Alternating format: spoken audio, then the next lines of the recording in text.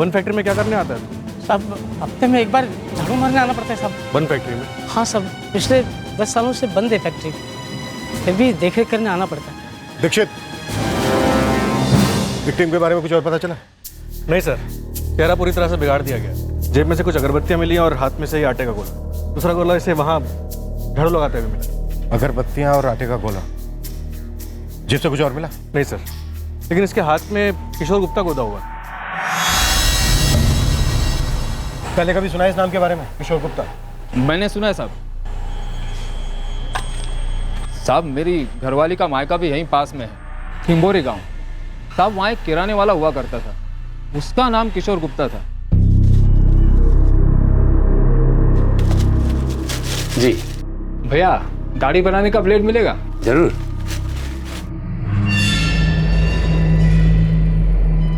Gupta ji, single use वाली देना। बड़ी तेज नजर है आपकी। हाथों पे लिखा हुआ नाम पढ़ लिया हवलदार साहब आपने? हाँ, अरे मुझसे ज्यादा तो आपकी नजर तेज है गुप्ता जी। आज तो मैंने वर्दी भी नहीं पहनी, फिर आपको कैसे पता कि मैं पुलिस में हूँ? भाई बलदेव के दामाद हो, इसका मतलब पूरे गांव के दामाद हो। और फिर मुझे तो सबकी खबर रखनी ही पड़ती है, काम ही ऐसा है ना। साहब ये किशोर गुप्ता बड़ा ही खुश मिजाज किस्म का आदमी था। और कुछ जानते हो इसके बारे में?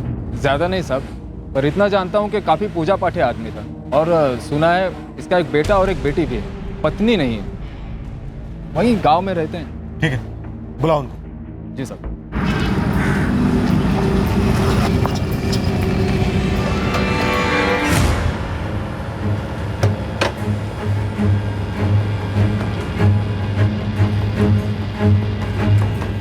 ये किराने की दुकान बंद क्यों है?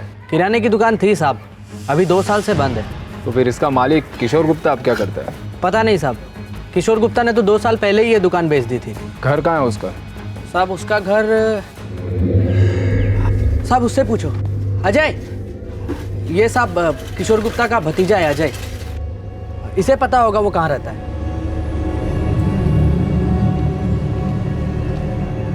किशोर गुप्ता के भतीजे हो? हाँ साहब। उसका एक बेटा और एक बेटी भी है ना? हाँ साहब है। क्या हुआ? दोनों को बुलाओ।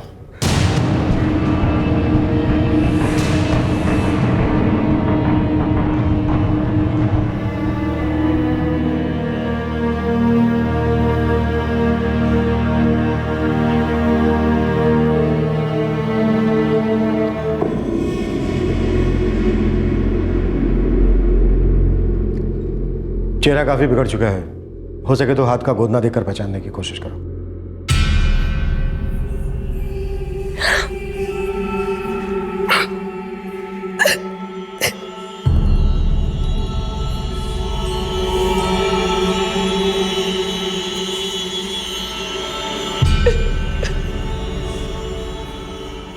साहब, हमारे पापा पूरी दुनिया की भलाई करने में लगे रहते थे।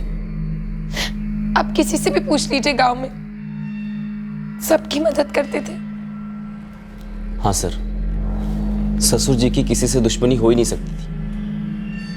मनोज। जी सर। तुम्हें किसी पर शक है? तुम दोनों साथ में रहते थे, उनकी पैसों को लेकर किसी के साथ कोई अनबन? नहीं साहब, सब कुछ ठीक ठाक ही चल रहा था। देखो, पोस्टमार्टम रिपोर्ट आने के बाद ही तुम लोग उनका अंतिम संस्कार कर सकते हो। फिलहाल जा सकते हो, जरूरत पड़ी तो फिर से बुलाएंगे।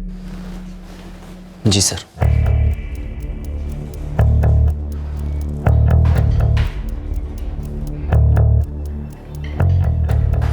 दीक्षित, एक बात मेरी समझ में नहीं आ रही है। कोई आदमी जेब में अगरबत्ती और हाथ में आटे का गोला लेकर क्यों घूमेगा? सर लाश लगभग 4-5 दिन पुरानी थी। आदमी भी अपने घर 4-5 दिनों से नहीं गया था। इसके घर वालों को उसकी फिक्र नहीं हुई? क्या हुआ, कुछ कहना है?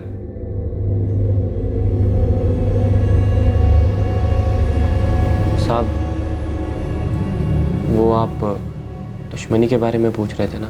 कुछ याद आया तुम्हें? साहब हमारा पड़ोसी है तेजपाल, पूरा नाम तेजपाल कुशवाहा। उस पर शक क्यों है तुम्हें? वो आए दिन पापा से झगड़ा करता रहता था। पूजा पूजा पूजा, ये पूजा नहीं है किशोर, पागलपन है। रात के 1 बज रहे हैं। मेरा मुहूर्त खराब कर रहा है तेजपाल, बहुत बुरा होगा। यकीन कर बर्बाद हो जाएगा तू। अरे और क्या बर्बाद हो जाऊंगा मैं? रातों की नींदें तो तूने मेरी वैसे ही बर्बाद करके रखी है। मनोज, किसी दिमाग के डॉक्टर से इलाज करा, तेरे बाप का पागल हो गया ये। इलाज तो तेरा होगा मूर्ख। दुनिया का कोई डॉक्टर बता नहीं पाएगा कि तुझे हुआ क्या है। हट!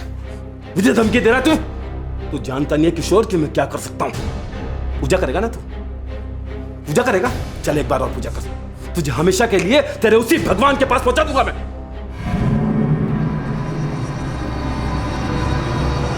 उसके अगले दिन पापा घर से निकल गए और फिर आज हमें उनके बारे में मालूम चला। कितने दिन पहले की बात है? करीबन 5 दिन पहले। मनोज, 5 दिन से तुम्हारे पापा घर वापस नहीं लौटे। तुमने मिसिंग कंप्लेंट दर्ज क्यों नहीं करवाई? सर, मेरे पापा काफ़ी धार्मिक किस्म के इंसान थे। वो अक्सर ऐसे ही निकल जाया करते थे, कभी जंगल तो कभी तीर्थ यात्रा पर, और हमेशा वापस भी आ जाते थे। तो हमें लगा कि हमेशा की तरह वापस आ जाएंगे, इसलिए हमने कोई कंप्लेंट नहीं लिखाई। ठीक है, हम इस तेजपाल से पूछताछ करेंगे। अभी तुम जा सकते हो। वैसे मनोज, तुम्हारे पापा जब रात को 1-1 बजे तक जोर जोर से पूजा करते थे तो तुम कैसे सो पाते थे? तुम्हें तकलीफ नहीं होती थी? साहब, कभी कभी तकलीफ की आदत हो जाती है। अब पता नहीं इस खामोशी में कैसे सो पाऊंगा। सर, पोस्टमार्टम रिपोर्ट है। मौत लगभग 5 दिन पहले हुई थी। गला घोट के मारा गया। उसके बाद पत्थर से चेहरा बिगाड़ दिया गया ताकि विक्टिम को कोई पहचान ना सके और कातिल को भी। दीक्षित, इस तेजपाल कुशवाहा से मिला। अधेड़ उम्र का किशोर गुप्ता देर रात को पूजा पाठ करता था, एक हफ्ते घर से गायब रहता था, जिसकी किराने की दुकान पिछले 2 साल से बंद थी और जिसकी लाश के हाथों में आटे के गोले और जेब में अगरबत्तियां पाई गई थी। इस व्यक्ति को आम साधारण आदमी तो कहा नहीं जा सकता था और जाहिर है कि यह मर्डर भी आम साधारण जुर्म नहीं था। पुलिस का पहला सस्पेक्ट था एक पड़ोसी जो किशोर गुप्ता के पूजा पाठ से बहुत परेशान हो गया था, तेजपाल कुशवाहा।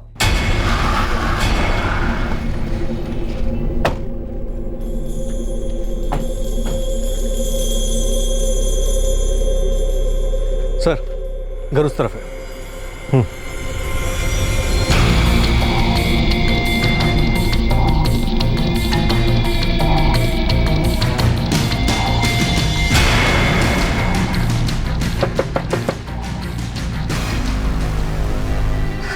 जी, तेजपाल कुशवाहा है घर पे?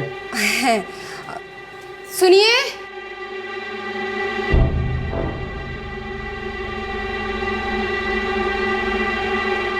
जी, ये मेरी पत्नी दर्शना है। हम लोग यहाँ पास की फैक्ट्री में खाना सप्लाई करते हैं। वही फैक्ट्री जो पिछले 10 साल से बंद है, जहां से हमें आपके पड़ोसी किशोर गुप्ता की लाश मिली। जी, किशोर के मर्डर के बारे में हमने भी सुना है। आपने तो उसे रात के 1-1 बजे तक सुना होगा, झेला होगा। जी, तकलीफ तो बहुत होती थी।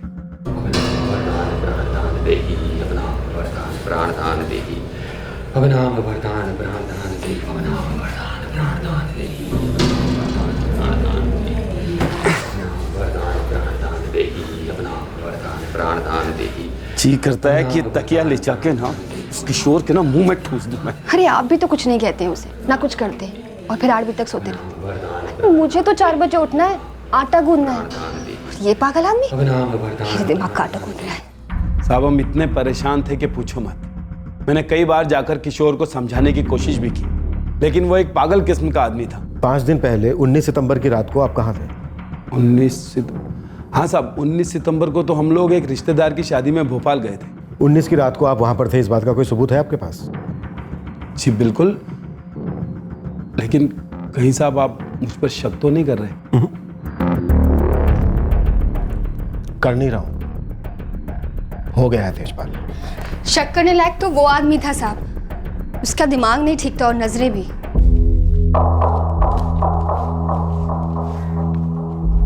अरे दर्शना। जी किशोर जी। अच्छा एक बात बताओ, अभी तक तुम लोगों को बच्चा क्यों नहीं हुआ? आपसे मतलब? अरे रुको तो, मतलब यही बात कर रहा हूँ। मेरी बात मानोगी तो तुम्हारी गोद भरेगी। आप मेरा रास्ता छोड़िए। अरे दर्शना। जी हाँ साहब, मेरी पत्नी पर बुरी नजर थी उसकी। दिन भर कोई ना कोई उल्टी सीधी हरकत करता था और रात में पूजा पाठ। जीना हराम करके रखा था उसने हमारा। हमें आप दोनों के फोन नंबर चाहिए। जी हाँ, ले लीजिए।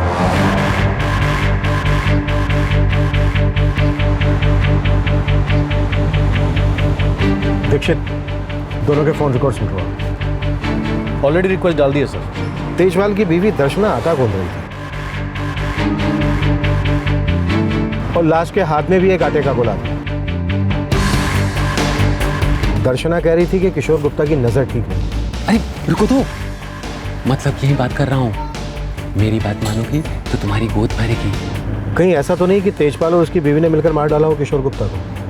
सर देखा जाए तो तेजपाल और दर्शना के पास काफ़ी वजहें थी किशोर को मारने की। अपने खबरियों से कहो कि इन दोनों का कच्चा चिट्ठा निकालें और उस फैक्ट्री में भी पता करो जहां इनके घर से खाना जाता है। कोई कसर मत छोड़ो। किशोर गुप्ता के मर्डर का प्राइम सस्पेक्ट था उसका पड़ोसी जोड़ा तेजपाल और दर्शना। लेकिन क्या उन्होंने ही किशोर गुप्ता की हत्या की थी? ये केस जितना सीधा दिखाई दे रहा था उतना सीधा था नहीं। कई और काले राज अभी सामने आने बाकी थे। सर, दर्शना और तेजपाल के फोन रिकॉर्ड्स मैंने चेक किए। शक करने जैसा कुछ भी नहीं है। 19 तारीख को लोग वाकई में भोपाल में ही थे। किशोर गुप्ता का मर्डर गला घोट कर किया गया। मतलब एक सुपारी किलिंग तो नहीं हो सकती। मर्डर करने के बाद उसका चेहरा पूरी तरह से बिगाड़ दिया गया ताकि शनाख्त ना हो सके। कौन हो सकता है जो किशोर गुप्ता से इतनी नफरत करता हो?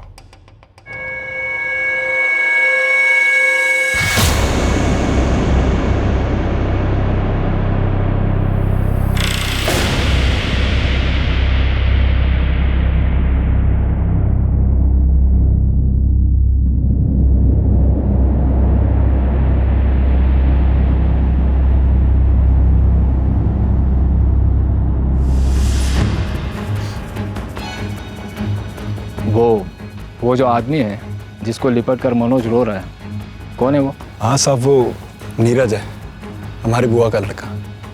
वो और मनोज साथ में फैक्ट्री में काम करते हैं।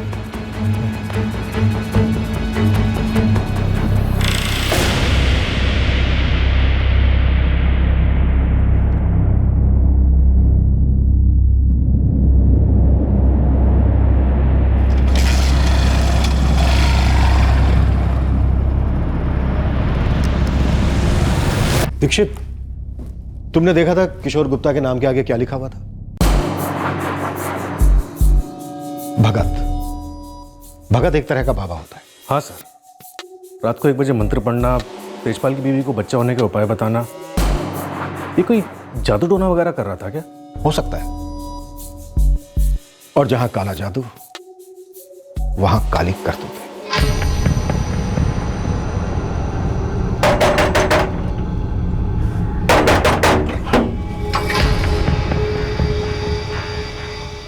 मनोज, तेजपाल ने तुम्हारे पापा को नहीं मारा। तो फिर किसने मारा है? ये तो तुम्हारे पापा ही हमें बता सकेंगे। मैं आज ही अपने पापा का अंतिम संस्कार करके आ रहा हूँ। हमें तुम्हारे पापा का कमरा देखना है।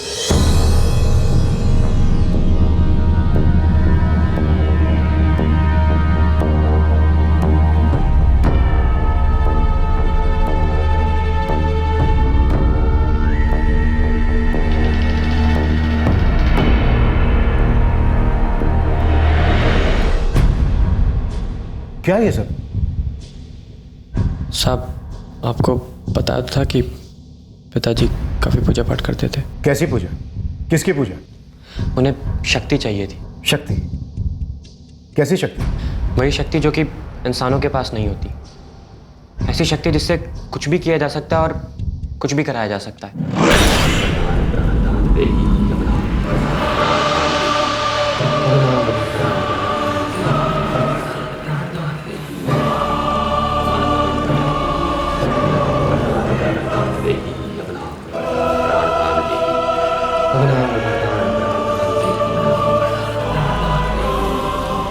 साहब,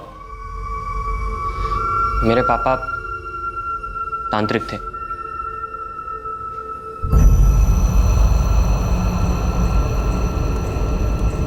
मनोज, तुमने, तुम्हारी बहन और तुम्हारे जीजा ने हमें ये तांत्रिक वाली बात बताई क्यों नहीं? साहब, आपको बताया तो था कि पापा काफी पूजा पाठ करते थे। पूजा पाठ अलग है और तुम्हारे पापा जो यहाँ करते थे उसे पाखंड कहते हैं। पूजा पाठ और पाखंड में बहुत बड़ा फर्क है, उतना ही बड़ा फर्क जितना कानून और जुर्म है। और तुम्हारे पापा जो यहाँ करते थे ना, वो कानूनन जुर्म है। साहब, मुझे इतना सब कुछ नहीं पता। अच्छा, दीक्षित, इसे और इसके जीजा अमित को थाने लेकर आओ।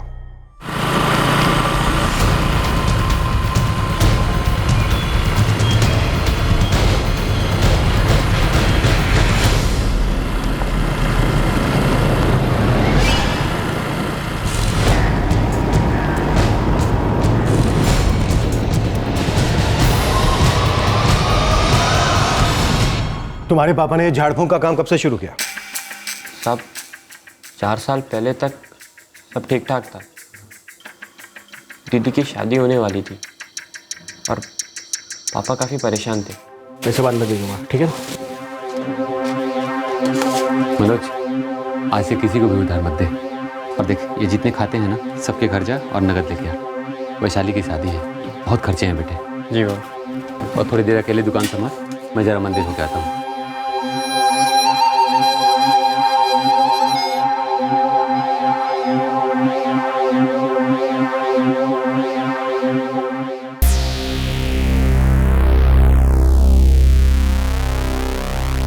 साहब मेरे पापा गुरुजी को बहुत मानते थे। कोई भी काम शुरू करने से पहले उनसे ज़रूर मिलते थे। ये गुरुजी कौन है? वो हमारे गांव के बाहर वाले मंदिर में रहते थे। किशोर, अपनी आंखें खोलो। सही रास्ता दिखा तुम्हें? तुम्हारी बेटी की शादी बिना किसी अड़चन के हो जाए और जो पैसों की तकलीफें हैं वो भी सारी दूर हो जाए। मुझे अपनी चरणों में जगह दे दो गुरुजी। मुझे अपनी चरणों में जगह दे दो गुरुजी। उठो किशोर, उठो। गुरुजी, अपनी विद्या मुझे भी सिखा दो। विश्वास करो गुरुजी, जान दे सकता हूँ आपके लिए। मेरी विद्या किसी की जान लेने या जान देने के लिए नहीं, वो तो लोगों को मरहम लगाने के लिए। हाँ, सीखने में जान पर बनाती है। बहुत संघर्ष करना होगा। मंजूर है? मंजूर है गुरुजी। वो गुरुजी तांत्रिक थे? हाँ, लेकिन वो ये काला जादू वगैरह नहीं करते थे। सफेद जादू करते थे। जादू होता भी था, तुमने खुद देखा कभी?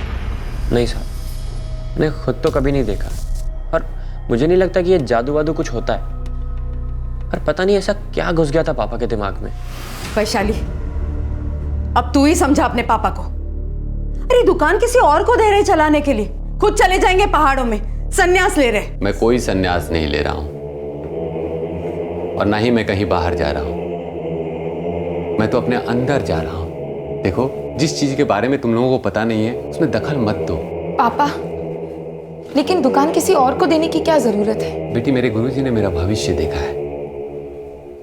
ये दुकान अब मेरे लिए बहुत छोटी पड़ जाएगी। मुझे तो अपने अंदर के ब्रह्मांड को चलाना है, उसे काबू में करना है। लेकिन पापा, अपना मनोज संभालेगा ना दुकान?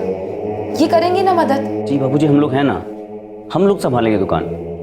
आप अपना पूजा पाठ जारी रखिए। जमाई बाबू, ये हमारा घरेलू मामला है, आप इसमें ना पड़े तो ज्यादा अच्छा होगा। जी, गलती होगी। सर, अमित, तुम्हारे ससुर जी को लगता था कि तुम उनके घरेलू मामले में दखल दे रहे हो। सर, मुझे पता है कि आप लोग क्या सोच रहे हैं, लेकिन मैं आपको बता दूं कि मुझे पापा जी की बात का बिल्कुल बुरा नहीं लगा था। पर अच्छा भी तो नहीं लगा होगा ना? कत्ल की रात तुम कहां थे अमित? सर, आप लोगों को लगता है कि मैंने सवालों के जवाब दिए जाते हैं अमित चंदेल, जवाब में सवाल नहीं किए जाते, वो भी खास करके पुलिस थाने में। किशोर गुप्ता के अतीत के कई कंकाल सामने आने लगे। धीरे धीरे एक ऐसे आदमी और उसकी दुनिया का चित्र उभरने लगा जहां बेचैनी, डर और धोखे के प्रेत हर कदम पर घात लगाए बैठे थे। किशोर गुप्ता के साथ कुछ ऐसा हुआ था जिसकी वजह से उसने नैतिकता की लकीर पार कर ली थी। लेकिन सवाल यह था कि क्या यह लकीर सिर्फ किशोर गुप्ता ने पार की थी? जिस रात तुम्हारे ससुर किशोर गुप्ता का मर्डर हुआ, उस रात तुम कहां थे अमित? उस रात मैं घर पे ही था, फिल्म देख रहा था टीवी पर अपनी बीवी के साथ। और तुम मनोज? मैं भी घर पे ही था, फिल्म देख रहा था। हमें तुम दोनों के मोबाइल नंबर चाहिए।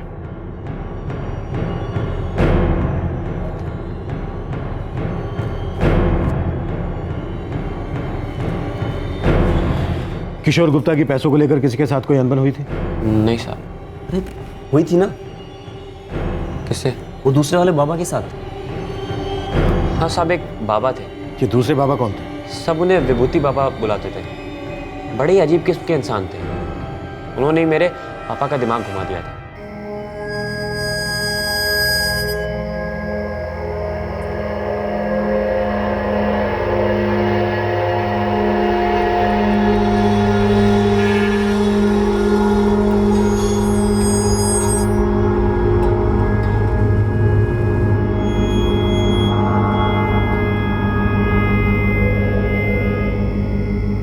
किशोर गुप्ता, बोलो कैसे आना हुआ? आपने मुझे पहचान लिया? जब भक्त गुरु के लिए तैयार हो जाता है तो गुरु उसे पहचान लेता है। तुम मेरी शरण में आए हो, है ना? आपके बारे में काफी सुना है मैंने, इसीलिए आपके पास आया हूं। 3 शर्तें हैं, 2 बड़ी आसान है, 1 बहुत मुश्किल। क्या शर्त है बाबा?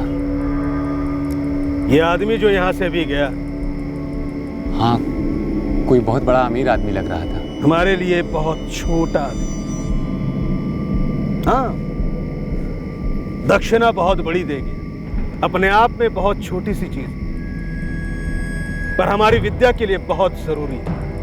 पहली शर्त, मेरी शरण में आने के बाद तुम इस विद्या की शिक्षा किसी और से नहीं लोगे।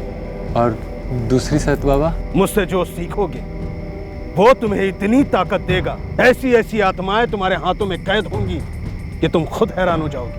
हीरे बरसेंगे गुप्ता, हीरे। पर शर्त क्या है बाबा? पहले ये बताओ, तुम मुझे गुरु दक्षिणा में क्या दोगे? आप जो हुक्म करें। 1 लाख। 1 लाख?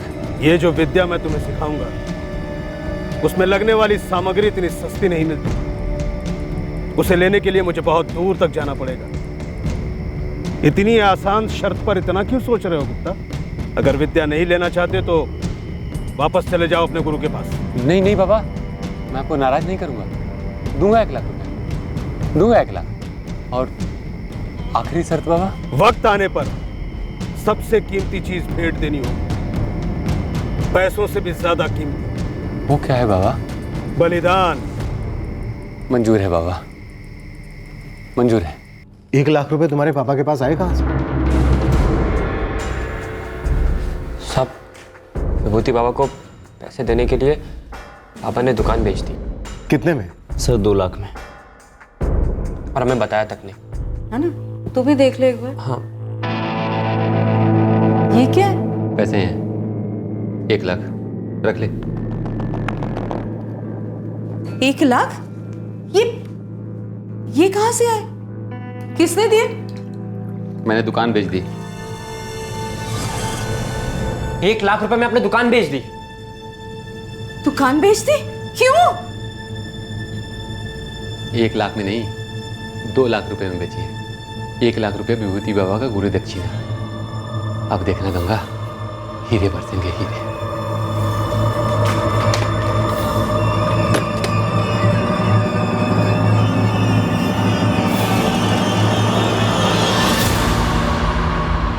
इस दुनिया में ऐसी कोई ताकत नहीं जो दिन को रात कर सके और रात को दिन। हम कोशिश भी करें तो भी फल हमेशा कड़वा ही मिलता है। तू उस दिशा में मत जा गुप्ता, विनाश है वहां। गुरुजी, मैंने ये फैसला ले लिया है। मुझे वो ताकत चाहिए, किसी भी कीमत पे। सबसे बड़ी कीमत तो तू जानता ही है ना, फिर भी जाएगा? जाऊंगा गुरुजी। पापा ने विभूति बाबा को 1 लाख रुपए दे दिए और फिर उनकी शिक्षा शुरू हुई। दक्षिणा पूरे 1 लाख है बाबा।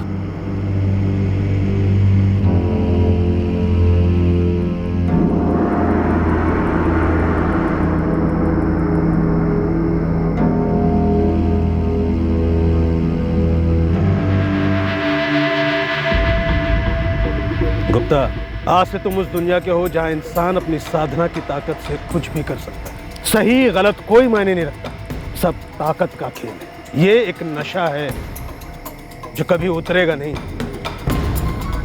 तैयार हो? तैयार हूँ बाबा। आज रात भर सोना नहीं, मैं एक मंत्र दूंगा। एक कमरे में अकेले बैठकर उसका जाप करते रहो और सूरज निकलने के पहले गांव के बाहर तालाब के पास मुझसे मिलो। ये कुछ चीजें हैं जो तुम्हें साथ में लेकर आनी, बाकी की चीजें मैं लेकर आऊंगा। आटे के गोले? अपने हाथों से बनाना। गुप्ता, ये तो शुरुआत है। ऐसे ऐसे तंत्रों की ताकत बताऊंगा तुम्हें कि किसी को भी अपने वश में करो। आप धन्य हैं, धन्य हैं।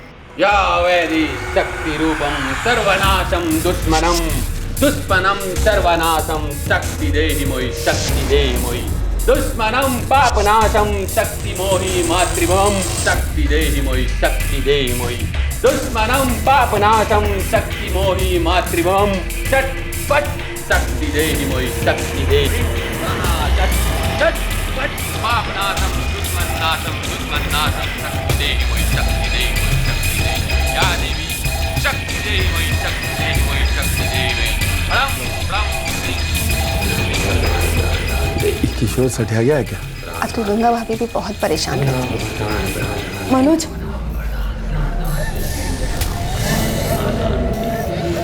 मत जा, बहुत डर लग रहा है मुझे। क्या हो गया तेरे पापा को? उस रात हम बहुत डर गए थे।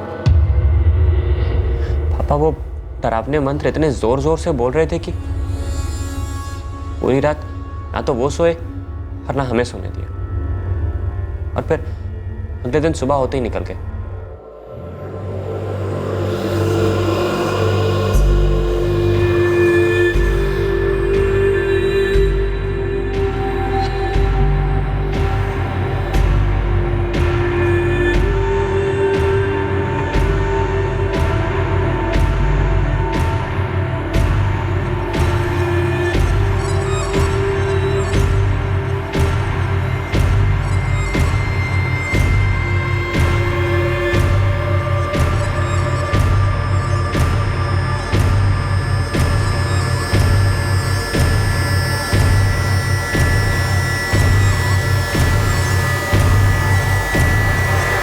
वो विभूति बाबा भाग गया था।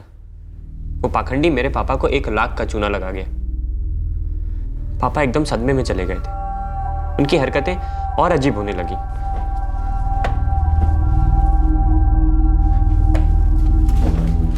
अरे ये क्या ढूंढ रहे हैं आप? बाकी के 1 लाख कहाँ गए? वो किस लिए चाहिए? विभूति बाबा कहीं चले गए, शायद उनका कहीं से बुलावा आ गया है। आपके विभूति बाबा हमारे 1 लाख रुपए लेकर भाग गए। इस बात को मान क्यों नहीं लेते आप? चुप कर मनोज, तू बीच में ना पड़। मनोज बीच में ना पड़े, मैं बीच में ना पड़ूं। वैशाली चुप रहे। जमाई बाबू को डांट दिया आपने।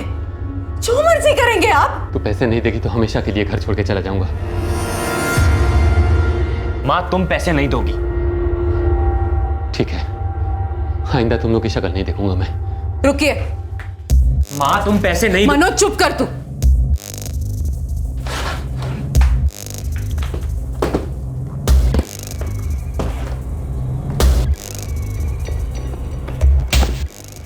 लीजिए।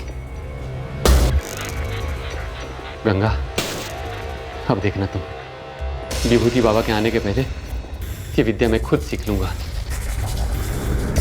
हीरे बरसेंगे, हीरे बरसेंगे गंगा। दुकान बिक गई। घर में जो पैसे थे वो भी पापा लेके चले गए। अब हमारे खाने के लाले पड़ गए थे। लेकिन पापा को हमारी कुछ नहीं पड़ी थी। उन्हें अभी भी अपनी विद्या की पड़ी थी।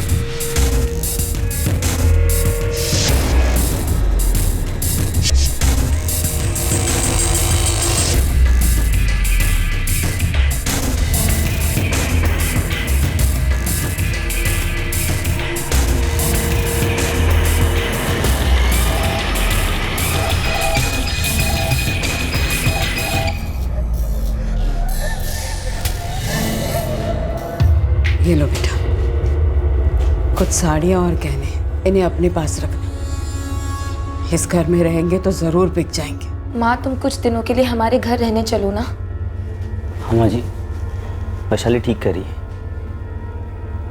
नहीं, मैं यहीं रहूंगी। पता नहीं क्यों पर आजकल मुझे ऐसे लगने लगा है जैसे मैं ज्यादा दिन जिंदा नहीं रहूंगी। उसके बाद मेरे पापा ने मेरी माँ को मार दिया।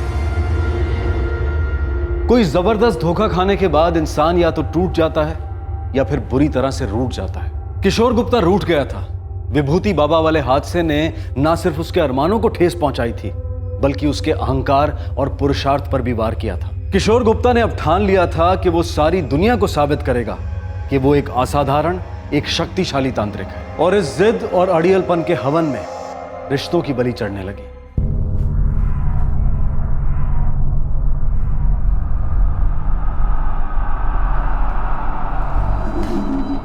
पापा, आप अपनी पूजा वगैरह चालू रखिए, लेकिन माँ को इस वक्त डॉक्टर की जरूरत है।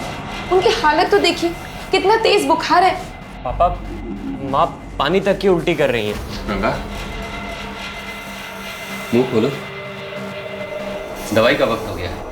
पापा जी, माँ जी का पूरा बदन पीला पड़ गया है, इनको पीलिया हुआ है शायद। तुरंत अस्पताल लेके जाना चाहिए। तुमको, तुम सबको, डॉक्टर को, सबको यही लगेगा कि इसे पीलिया हुआ है, लेकिन मुझे साफ दिख रहा है इस पीले पर्दे के पीछे एक काला सांप बैठा है जो मेरी तपस्या भंग करने के लिए इसे तड़पा रहा है। कोई डॉक्टर वॉक्टर की जरूरत नहीं है, ये मेरी पत्नी है, मैं ही इसका इलाज करूंगा। पहले इस काले सांप का शिकार तो कर लूं। तुम लोग जाओ यहां से बाहर, जाओ। लेकिन पापा जी, माँ जी की फिर से हमारे पारिवारिक मामले में दखल। जाइए आप लोग।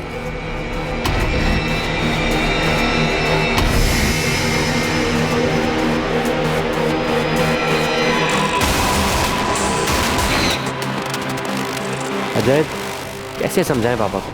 उनको आज तक कोई कुछ समझा पाया है? वो सुनेगी नहीं किसी की, ना मेरे बाप की ना इसके बाप की। और जब से वो बाबा बनने लगे हैं ना, रिश्तेदारों को दूर ही रखा है उन्होंने अपने आप से। सब तो ठीक है अजय, लेकिन इस वक्त मामी की जान खतरे में, उसके बारे में सोचो। अरे मैं भी यही चाहता हूँ काकी जल्दी से ठीक हो जाए। मेरे पास एक रास्ता है, आप दोनों साथ देंगे मेरा? मुझे मेरी माँ को किसी भी हालत में बचाना था। उनकी हालत बहुत ही खराब हो चली थी।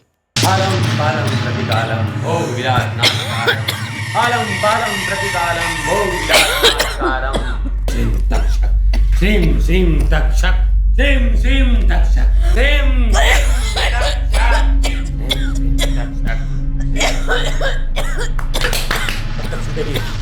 कब तक छुपेगी तू? बाहर निकल।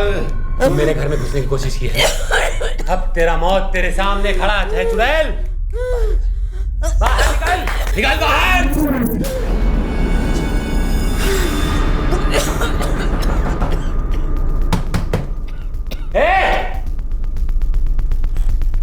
अब बहुत हो गया किशोर, बंद कर दे ये सब, नहीं तो पुलिस बुला लूंगा मैं अभी। मैं तेरे मेरे हुए बाप दादाओं को बुलाऊंगा। बकवास बंद कर अपनी, और गंगा भाभी को किसी अस्पताल ले जा।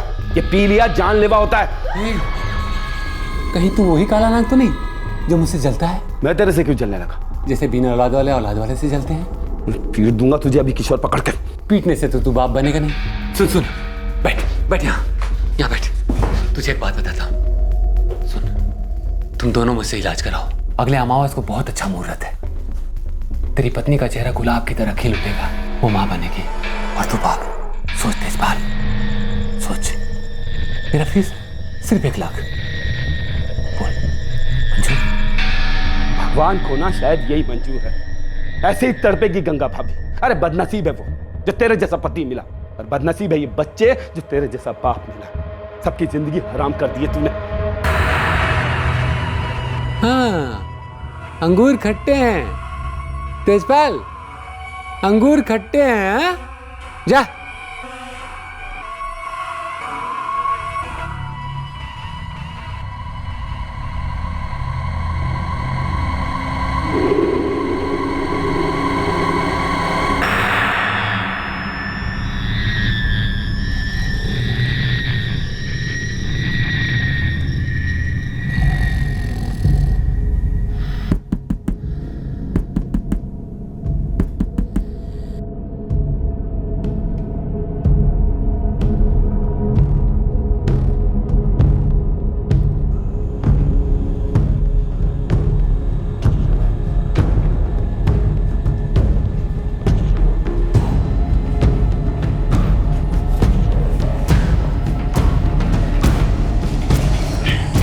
रुको।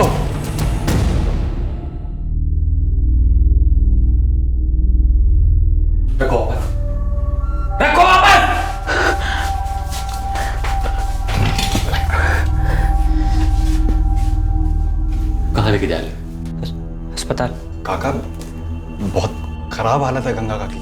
मामा जी, आप चाहे जो भी कर लीजिए, हम मामी को अस्पताल लेकर ही जाएंगे। मेरे लाश से गुजर के जाना होगा। और मनोज, तू अपने बाप को मारेगा? पता है ना, पूरी जिंदगी मैं तुझे कितना तड़पाऊंगा।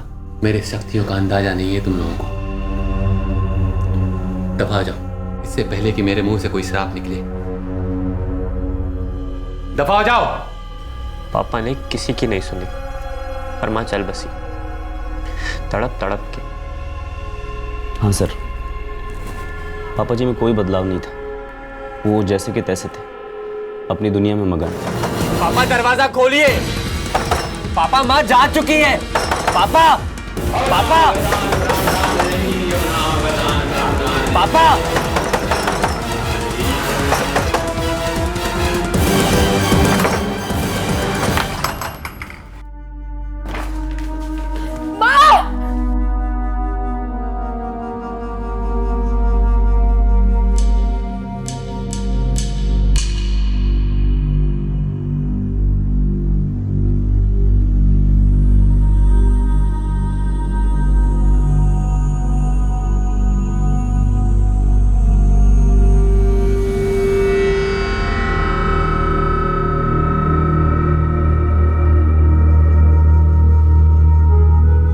माँ जा चुकी थी और बाबा लाश को जिंदा करने में लगे थे।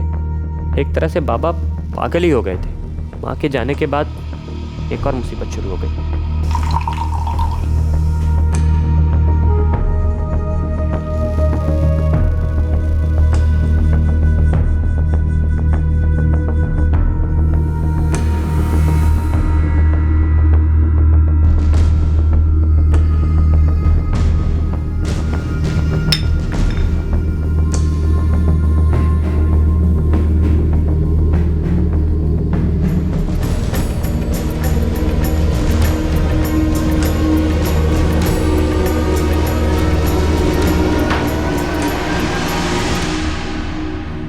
मनोज, शायद तुम्हारी माँ के जाने के बाद तुम्हारे पापा सदमे में थे, उन्हें पछतावा हो रहा था। ऐसा कुछ नहीं था साहब। वो सिर्फ अपने बारे में सोचते थे, और अगर उन्हें किसी बात का पछतावा था तो इस बात का कि वो अपनी तंत्र विद्या से माँ को बचा नहीं पाए। हाँ सर, पिछले कुछ समय से तो बहुत ही डरावने काम करने लगे थे। और एक दिन तो मुझसे रहा नहीं गया साहब।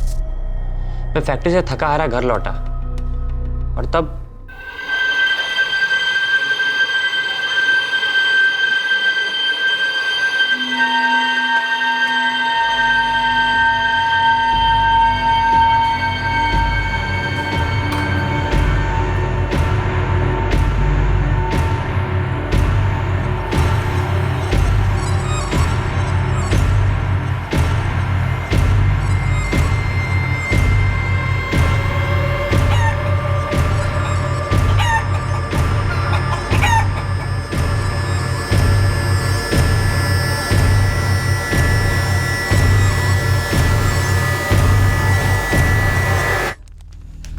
पापा आप अपनी ये बकवास बंद करेंगे या नहीं?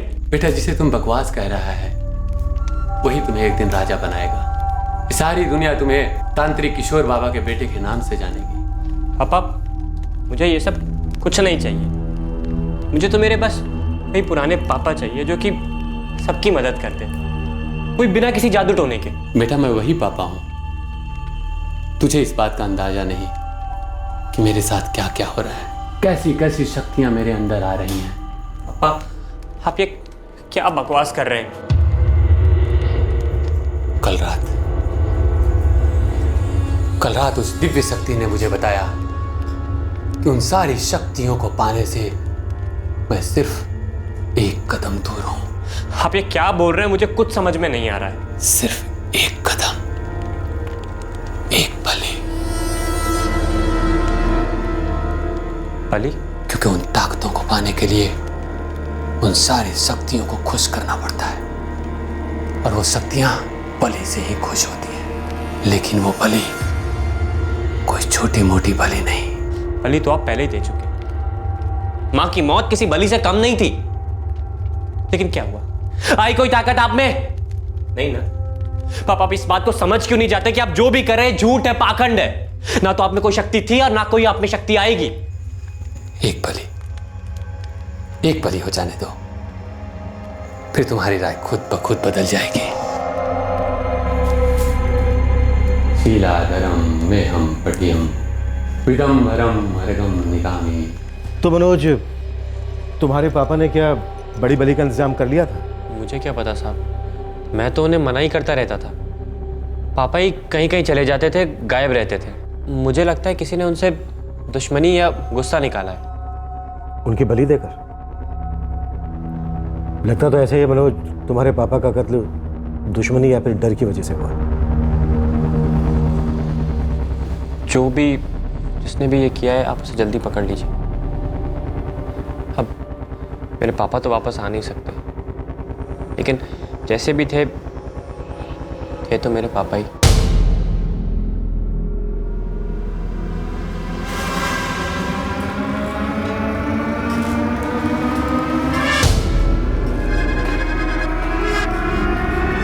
हाँ मनोज,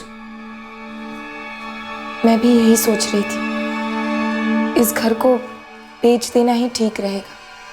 पता नहीं दीदी, लेकिन अभी भी मुझे रात को नींद नहीं आती, डर सा लगा रहता है। हाँ भाई, डर तो लगेगा। वैसे मनोज, घर बिकने तक अगर तुम चाहो तो हमारे यहाँ आके भी रह सकते हो। मैं भी यही कहने वाली थी, तो आज ही आ जा। सर, ये फोन रिकॉर्ड। दीक्षित,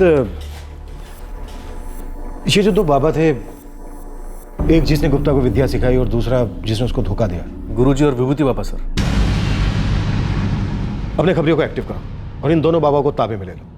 हो सकता है इन दोनों बाबा का हाथ हो गुप्ता के मैडम। सर, शायद इन बाबाओं की इन्वॉल्वमेंट हो, पर एक बार ये फोन रिकॉर्ड देख लीजिए।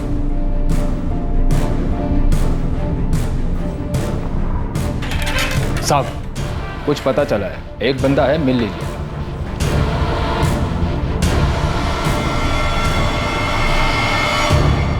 पुलिस इस केस को क्रैक करने से सिर्फ एक कदम दूर थी। एक बड़ी बलि चढ़ाने की फिराक में निकले तांत्रिक किशोर गुप्ता का कातिल कौन था, यह पुलिस ने लगभग भांप लिया था, लेकिन इस कत्ल का कारण क्या था, यह अभी तक साफ नहीं था।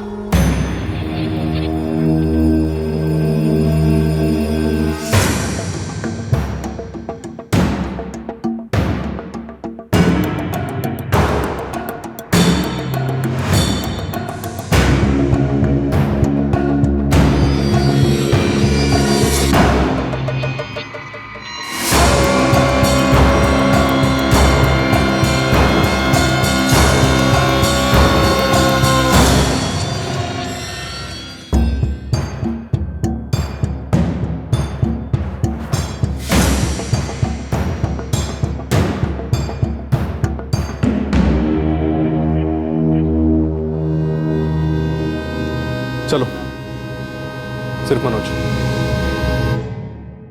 मनोज, तुम्हारे पापा के सबसे बड़े दुश्मन थे खुद तुम्हारे पापा। उन्हें ज्यादा ताकत चाहिए थी।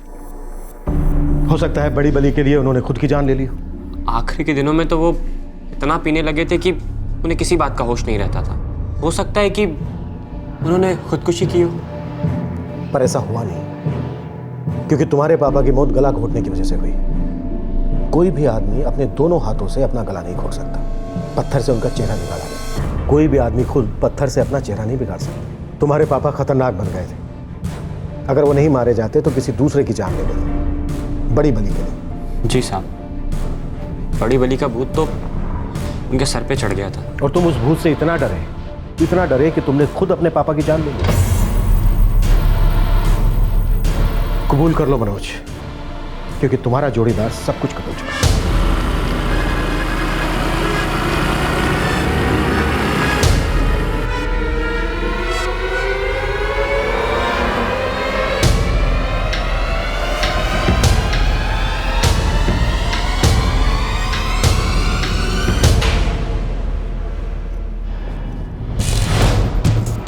नीरज, तुम मनोज की बुआ के लड़के हो ना, और उसके सबसे अच्छे दोस्त भी। जी साहब। देखो, तुम पर भी मर्डर का चार्ज लग सकता है। नहीं साहब, मैं तो वहां पर था भी नहीं जब मर्डर हुआ था। तो फिर कौन था वहां पर? नीरज? मनोज था। और सिर्फ मनोज था। उसने तुम्हें वहां पर क्यों बुलाया था? किशोर मामा की लाश को ठिकाने लगाने के लिए। तुम्हारे फोन रिकॉर्ड्स कहते हैं कि कत्ल की रात तुम रॉय मिल्स कंपाउंड में थे और नीरज भी वहीं था। और एक बात, तुम रात को सोने से पहले अपनी बहन वैशाली, जीजा अमित, चचेरे भाई अजय और बुआ के लड़के नीरज को फोन करते थे हर रोज। करते थे या नहीं? जी। और वो तुम इसलिए करते थे क्योंकि तुम डरते थे।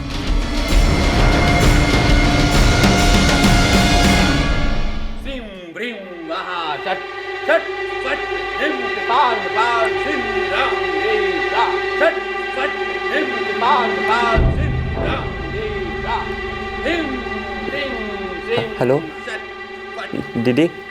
हाँ साहब, मनोज रोज फोन करता था सोने से पहले। क्यों? ये देखो, एक भी दिन नहीं चुका है जिस दिन उसने बात नहीं की। साहब, मेरा भाई अपने आप को बहुत अकेला महसूस करता होगा, इसलिए। लेकिन आप लोग ये सब क्यों पूछ रहे हैं? मेरे हिसाब से उसे बात करके थोड़ा अच्छा लगता होगा कि शायद उसका कोई है। सर, उसे डर लगता था। किस बात का डर? मनोज को इस बात का डर था कि किशोर मामा उसकी जान ले लेंगे। उसे ऐसा क्यों लगता था? पता नहीं साहब, पर वो बोलता रहता था कि मार डालेंगे मुझे। मुझे मार देंगे नीरज, तुम देखना, पापा एक दिन सच में मुझे मार देंगे। और इस डर ने तुम्हें इतनी ताकत दे दी कि तुमने अपने पापा का कत्ल कर दिया। मेरे पापा तो कब के मर चुके थे। ये तो बाबा था, तांत्रिक बाबा, लालच में अंधा। शैतानी ताकत पाने के लिए ये कुछ भी दांव पे लगा सकता था। तुम्हारे पापा ने कभी कोई तुम्हें किसी तरह की धमकी दी थी या अटैक किया हो?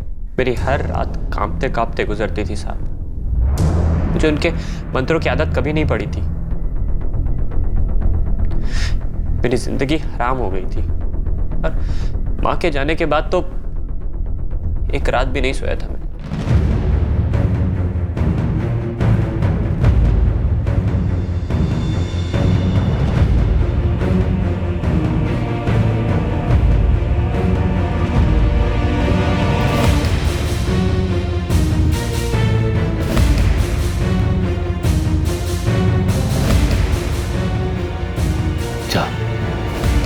ढूंढ के लाओ।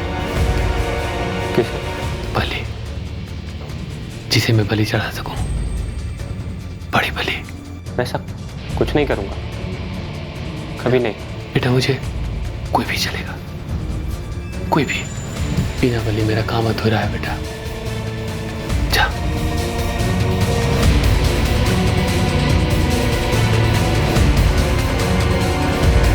जिस तरह से पापा ने मुझे देखा, मैं समझ गया था कि वो मुझे भी मार सकते हैं।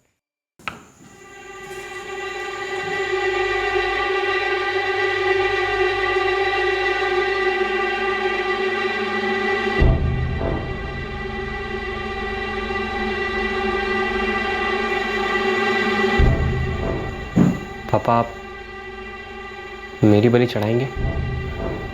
बेटा, अपने पापा से इतना प्यार करता है? नहीं, अपने आप से थोड़ा ज्यादा।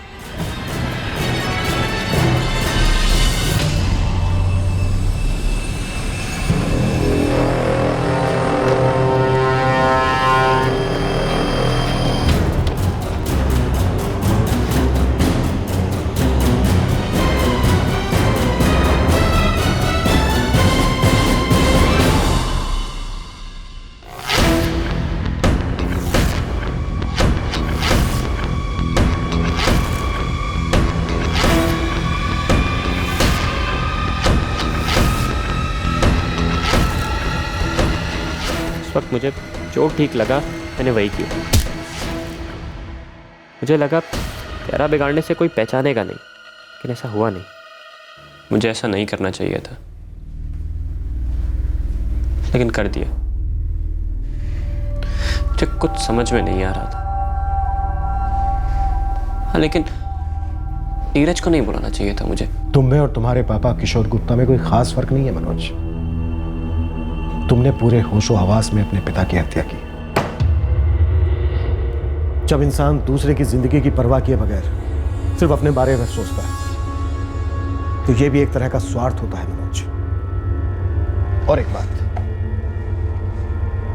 तुम डर रहे थे। तुम्हें डर था कि कहीं तुम्हारे पापा बलि के नाम पर तुम्हारी हत्या ना कर दें। अगर ऐसी ही बात तो अपना घर छोड़कर अपनी बहन के घर चले जाते। साहब वो मेरी बहन का घर है, आखिर कब तक रहता अपने बहन के ससुराल में? एक ना एक दिन तो वापस आना ही पड़ता। हमारे पास भी तो आ सकते थे।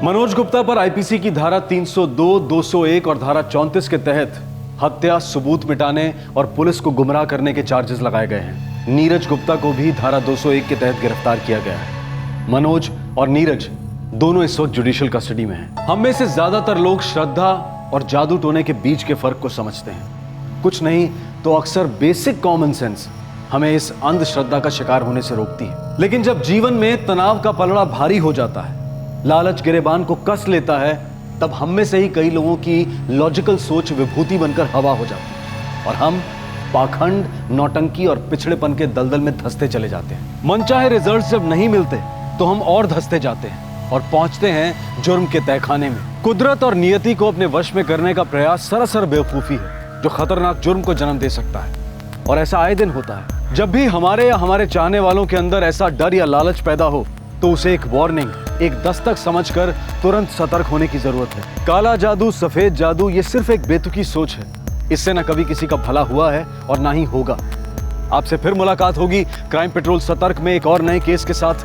तब तक अपना ख्याल रखें, सुरक्षित रहें, पूरी श्रद्धा के साथ अंधश्रद्धा से लड़ते रहें और याद रखें, सही वक्त, सही कदम, सतर्क रहें।